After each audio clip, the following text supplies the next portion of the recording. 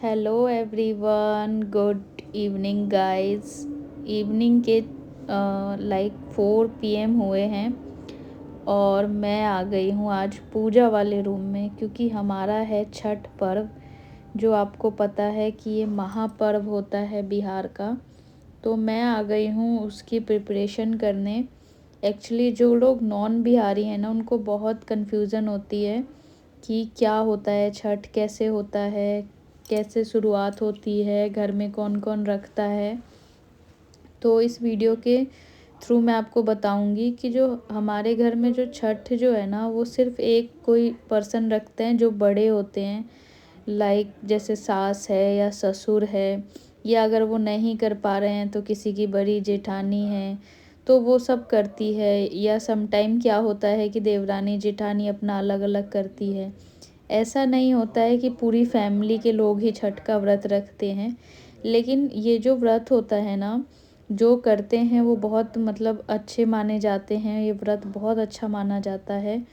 तो जिसके लिए मैंने सबसे पहले आज देखिए, जो डे 1 स्टार्ट होता है वो होता है नहा खा से, जिसमें हम दाल चावल और पकौड़े खाते हैं, मोस्टली घिया के, लहसुन प्याज नहीं खाते हैं। और ये है डे 2 की वीडियो। जो होता है खरना। खरना में हम जिन्होंने फास्ट रखा होता है ना, वो सिर्फ एक बार खाना खाते हैं, वो भी एकदम इवनिंग में, लाइक 7-8 बजे। और बस उसी टाइम पानी भी पीते हैं। उसके बाद ना वो पूरे दिन पानी पीते हैं, ना कुछ खाते हैं। और क्या खाते हैं, वो सिर्फ यही खाते हैं जो अभी मैं बना रही हूँ। गुड़ की खीर और रोटी खाते हैं घी लगी हुई। और सीधा नहीं खाते हैं, पहले वो पूजा करते हैं छठ माता की, पहले वो छठ माता को चढ़ाते हैं। जो मैं बना रही हूँ अभी गुड़ की खीर की रेसिपी है। सबसे पहले मैंने दूध को उबाल के हटा लिया था और अब इसमें पानी में गुड़ डाल के पिघलने छोड़ दिया था। और दूसरी तरफ मैं आज 1 किलो आटा गूंद रही हूँ। और ये सिर्फ छठ के टाइम पे ही होता है जब मुझे इतना सारा आटा गूंदना पड़ता है। क्योंकि होता ये है ना कि प्रसाद जो है ना, लोगों में बँटता भी है। बहुत सारे लोग हमारे घर पे भी आते हैं खाने के लिए, नेबर्स हैं, रिलेटिव्स हैं, तो वहाँ के लिए भी हमें रखना पड़ता है।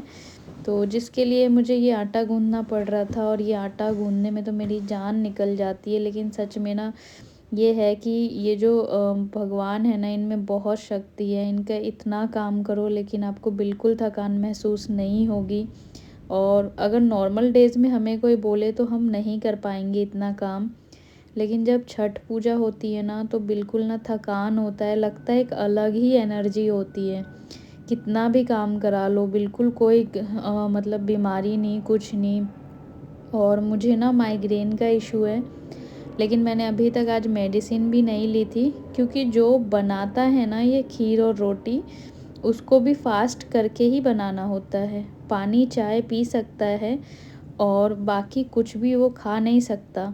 तो मैं यहाँ पे ना बिना कुछ खाए पिए बना रही थी। 4 बज गए थे और मेरे को ना माइग्रेन की गोली मॉर्निंग में ही लेनी होती है, लेकिन दवाई नहीं खा सकती थी मैं। तो मैंने बिना कुछ खाए ही जो है ना बना रही थी। लेकिन फिर भी बिल्कुल भी ये मतलब लग नहीं रहा था कि मेरे को कोई बीमारी भी है।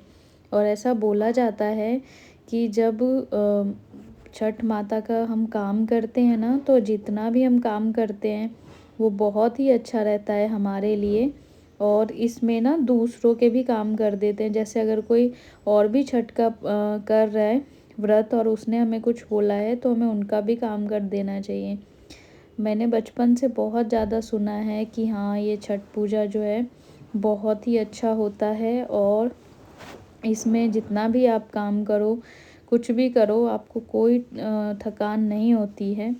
और यहाँ पे अभी मैं सारे ड्राई फ्रूट्स नहीं डाल रही हूँ। अभी मैंने सबसे पहले गुड़ को पिघला के और फिर मैंने इसमें चावल डाल दिए थे, 3 पाव चावल डाले थे और गुड़ डाल दिए थे मैंने इसमें एटलीस्ट 1 kg के अप्रॉक्स।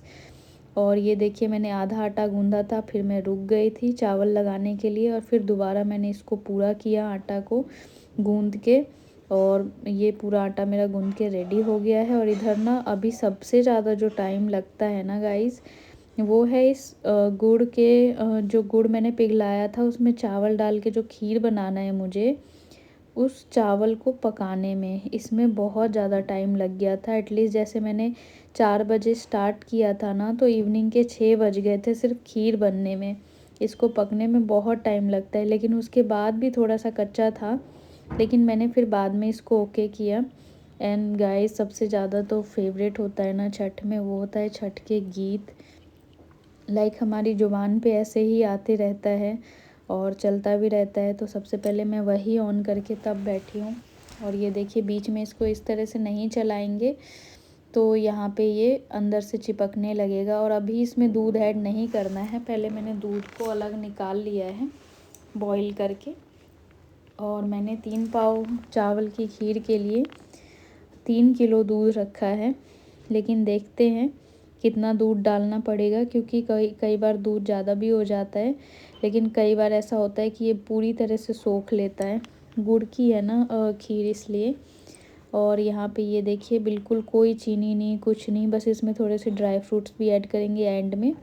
अभी सबसे पहले मैंने यहाँ पे छुहारे ऐड कर दिए थे, क्योंकि वो जो होते हैं ना, वो बहुत ही ज़्यादा सख्त होते हैं, मतलब बिल्कुल भी एक होता नहीं है एकदम, ना कटता है ना कुछ। तो मैं इसको इस तरह से काट के इसमें डाल देती हूँ। और जो चीज़ मुझे नहीं समझ में आ रही थी, तो वो मेरे फादर इन लॉ मेरी हेल्प कर रहे थे। उनका फास्ट था, लेकिन उसके बाद भी वो बार बार आके मेरी हेल्प कर रहे थे बताने में कि क्या करना है, कैसे करना है। क्योंकि मैं कर तो हर साल रही हूँ पिछले 5-6 सालों से, लेकिन ना मैं बार बार, मतलब उतना नहीं मुझे पता होता है, वो फादर इन लॉ ही बताते हैं। तो यहाँ पे वो फास्ट के बीच में आके भी बता रहे थे। और मतलब ठीक है, खाना नहीं खाना तो चलो एक आध दिन चलता है, बट पानी भी नहीं पीना ये बहुत बड़ी चीज़ होती है। और अभी तो उतनी सर्दी आई भी नहीं थी, अभी गर्मी ही थी। तो मैं ये सोचती हूँ, भगवान कैसे इतनी शक्ति देते हैं कि लोग फास्ट इतना, मतलब जो थोड़ा सा कठिन फास्ट है, ये कैसे रख लेते हैं। लेकिन ये था कि बहुत अच्छे से यहाँ पे खीर मेरा बन रहा था। और ऑलमोस्ट यहाँ पे क्या हो रहा था ना, बार बार थोड़ा सा पानी सूख जा रहा था, तो मैं बीच में ऐड कर रही थी। और पानी जैसे ही ऐड कर रही थी, मैं थोड़ा सा छोटा छोटा सा गुड़ भी डालते जा रही थी, क्योंकि चावल अभी मेरा पका नहीं था। और ये देखिए, बीच में ना छठ के गाने इतने अच्छे चल रहे थे कि मैं बार बार, मतलब अच्छे से सुनने लग रही थी, गुनगुनाने लग रही थी। मतलब बहुत अच्छा लगता है बिहार में छठ का पर्व। और ऐसे पर्व हर जगह कोई ना कोई होते ही हैं, सबका अपना अपना फेवरेट होता है। लाइक फेवरेट क्या, रिलीजियस होता है किसी का कुछ, तो हमारा सबसे ज़्यादा जो है ये है महापर्व छठ पूजा। और ये मैं बार बार चावल को चेक कर रही हूँ, और अभी भी इसमें थोड़ा सा टाइम लग रहा है, और ये कुछ इस तरह का हो जाएगा। और अब मैं वही पूछने गई थी कि हो गया या नहीं, एक बार आप चेक कर लीजिए। तो यहाँ पे मेरे फादर इन लॉ आते हैं और वो बार बार बताते हैं कि हुआ है या नहीं और कब ऐड करना है क्या। तो यहाँ पे उन्होंने बोला कि अब ये हो गया है ऑलमोस्ट, अब आप इसको हटा दीजिए। तो मैं यहाँ पे बाल्टी लेके आई हूँ, क्योंकि क्या होता है ना कि जैसे ये जो खीर है ना, फिर इसमें जब दूध मिलाती हूँ तो ये पूरा पतीला फुल हो जाता है। तो इसलिए मैं इसको बाल्टी में डाल के तब दूध ऐड करूँगी इसमें। तो ये देखिए, यहाँ पे मैं बाल्टी ले आई थी, और चावल और जो गुड़ का बनाया था वो इसमें डाल के फिर दूध और ड्राई फ्रूट्स मिला दूँगी अच्छे तरीके से।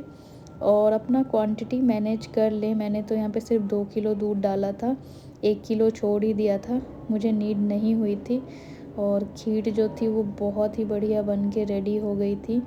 लेकिन सबसे बड़ी चीज़ है ना, इस जो पर्व में ना, बोलना भी नहीं है कि अच्छी बनी है कैसी, जब तक पूजा का, मतलब जब पूजा हो जाएगा ना, तभी हम बोल सकते हैं कि हमारी खीर अच्छी बनी है। मतलब बोलना भी नहीं होता, इवन अगर इसका फ्रेगरेंस भी आ रहा हो ना, तब भी हमें कुछ नहीं बोलना होता। ये जब तक भगवान नहीं टेस्ट करेंगे तब तक हमको कुछ भी नहीं बोलना है। और उसके बाद मैंने यहाँ पे तवा गरम किया, और तवा गरम करने के बाद मैंने रोटियां बनानी शुरू की। गाइस, जितनी रोटी ना मैं कभी नहीं बनाती ऑलमोस्ट, मतलब इसमें ये मान लो आपकी 60 to 70 रोटियां मैंने यहाँ पे बेली थी, और फिर भी मुझसे हुआ नहीं था। तो फिर मैंने बोला था कि मतलब उधर बना लेने के लिए अलग वाले चूल्हे पे, क्योंकि मैं ना बैठे बैठे इतनी सारी रोटियां और नहीं बेल पा रही। और खाना मेरा बन गया था 7 बजे तक। फिर मेरे फादर इन लॉ आ गए थे नहा धो के। और फिर देखिए इस तरह से होती है खरना की पूजा। तो मिलते हैं नेक्स्ट ब्लॉग में, बाय बाय।